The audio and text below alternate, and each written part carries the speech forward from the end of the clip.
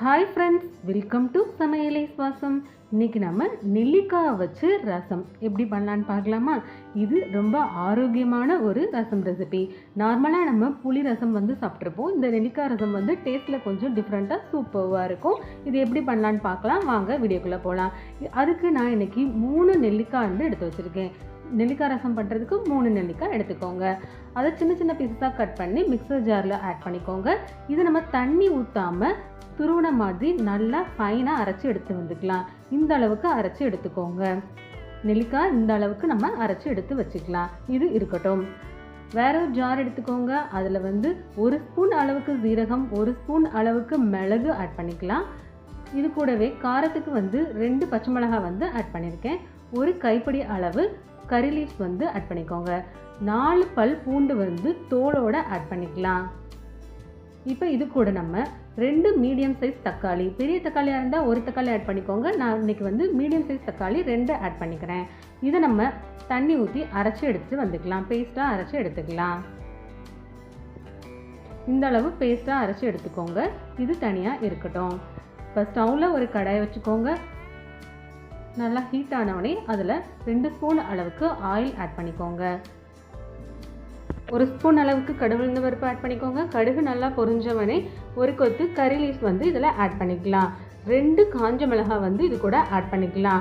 நம்ம அரைச்சி வச்சுருந்த பேஸ்ட்டை இது கூட ஆட் பண்ணிக்கோங்க. இஞ்சி பூண்டு கறிவேப்பிலெல்லாம் போட்டு அரைச்சி வச்சோம்ல, அந்த பேஸ்ட்டை இது கூட ஆட் பண்ணி நல்லாவே வதக்கி கொடுத்துக்கலாம்.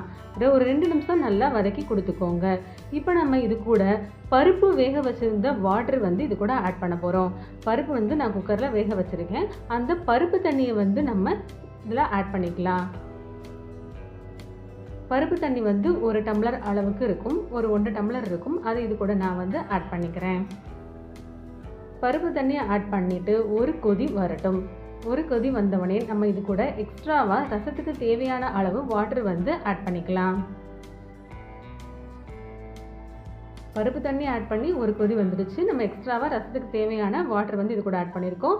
இப்போ நம்ம ரசத்துக்கு தேவையான அளவு சால்ட்டையும் ஆட் பண்ணிக்கலாம். இப்போ கொஞ்சமாக 1 ஸ்பூன் அளவுக்கு பெருங்காயம் இது கூட ஆட் பண்ணிக்கலாம். 1/2 ஸ்பூன் அளவுக்கு மஞ்சத்தூளும் ஆட் பண்ணிக்கோங்க.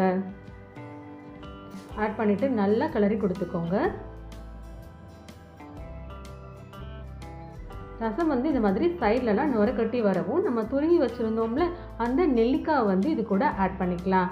நெல்லிக்காய் ஆட் பண்ணிவிட்டு நல்லா மிக்ஸ் பண்ணி கொடுத்துக்கோங்க. இன்னும் ரசம் கொதிக்க வேண்டாம். லைட்டாக நுர கட்டி மட்டும் வந்தால் போதும். மேலே நான் இன்றைக்கி புதினாவும் மல்லியும் ஆட் பண்ணிக்கிறேன். நெல்லிக்காய் ரசத்துக்கு புதினா ஆட் பண்ணி பாருங்கள், ரொம்பவுமே டேஸ்டியாக இருக்கும். புதினா ஆட் பண்ணிவிட்டு நல்லாவே கலந்து கொடுத்துக்கோங்க. ரசம் இந்த அளவுக்கு நுர கட்டி வரவும் நம்ம ஸ்டவ் ஆஃப் பண்ணிடலாம். நெல்லிக்காய் ஆட் பண்ணிவிட்டு அதிக நேரம் நம்ம ஸ்டவ்வில் வச்சுருக்கணுன்ற அவசியம் இல்லை. அந்த ஹீட்லேயே நமக்கு நல்லாவே வெந்து வந்துடும்.